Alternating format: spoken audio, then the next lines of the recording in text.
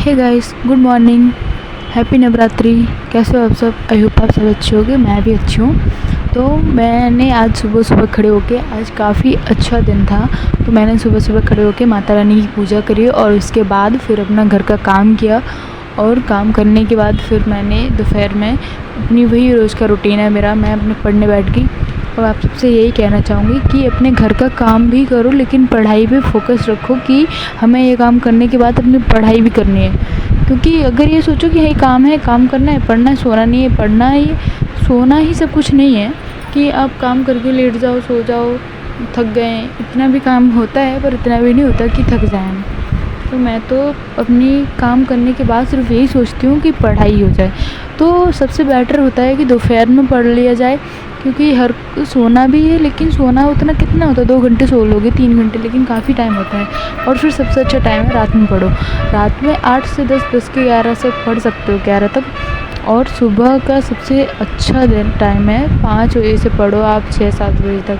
तो मैं तो सिर्फ यही रूटीन फॉलो करती हूँ, तो आप लोग भी कर सकते हो। मैं तो सुबह सुबह 5 बजे से 6-7 बजे तक पढ़ती हूँ और उसके बाद फिर अपने घर में के काम करती हूँ। मेरे घर में सब लोग लेट उठते हैं, तो फिर मैं भी लेट ही काम करते हैं।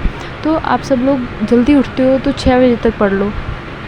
हमारे यहाँ भी 6-6:30 बजे तक ही काम होता है, तो मैं सुबह सुबह 6:30-7 बजे तक पढ़ के उसके बाद काम करती हूँ अपना। और फिर दोपहर में जितना भी टाइम मिलता है उतना टाइम पढ़ाई में करती हूँ। क्योंकि बाहर बैठना, किसी के पास बातें करना, ये सब बातों में अगर उलझ गए ना तो पूरी ज़िंदगी उन बातों में ही चली जाएगी। कुछ वो कह रहे हैं, कुछ आप कह रहे हो, उससे अच्छा तो कि पढ़ लो, ना किसी की सुनो, ना किसी को सुनाओ। मैं तो यही करती हूँ। आप लोग को अच्छा लगता है वैसा आप करें, लेकिन एक पढ़ाई पे फोकस कर सकते हैं। और एक हाउसवाइफ़ के लिए अगर वो अपनी पढ़ाई पे, अपने दम पे कुछ करे तो उसके लिए बहुत अच्छी बात है। उसके घर वाले, उसके ससुराल वाले सब उस पर प्राउड फील करेंगे।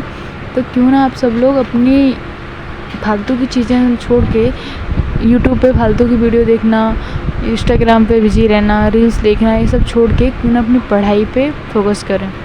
आप सबको यही सब कहना चाहूँगी कि अगर जिस दिन आप अपनी लाइफ में सक्सेस हो जाओगे, उस दिन सक्सेस आपकी वो खुशी बढ़ाएगा जो कभी आपको खुशी ना मिली होगी। यही कोशिश में हूँ कि जितना हो सके उतनी पढ़ाई करूँ मैं, उससे लाइफ में कुछ कर सकूँ। कि हर किसी को पढ़ाई की बहुत ज़रूरत है और होनी भी चाहिए। क्योंकि अगर आप पढ़े हो तो आप अपने बच्चों को पढ़ाओगे, बच्चों का भविष्य अच्छा हो जाएगा। अपना होगा वो अलग, लेकिन बच्चों का भी भविष्य अच्छा होगा। और आप अपनी लाइफ में सक्सेस हो जाते हो तो आप अपने बच्चों का भविष्य तो बना ही लोगे। अगर नहीं होते तो बच्चों का तो फिर बनाओगे ही। क्योंकि अगर पढ़े हो तो बच्चों के लिए भी बहुत अच्छी बात होती है कि उनकी मम्मी पापा पढ़े हैं तो उनको पढ़ा सकते हैं। आप अगर पढ़े नहीं हो तो वो आपको बच्चे भी। So thank you for watching. आप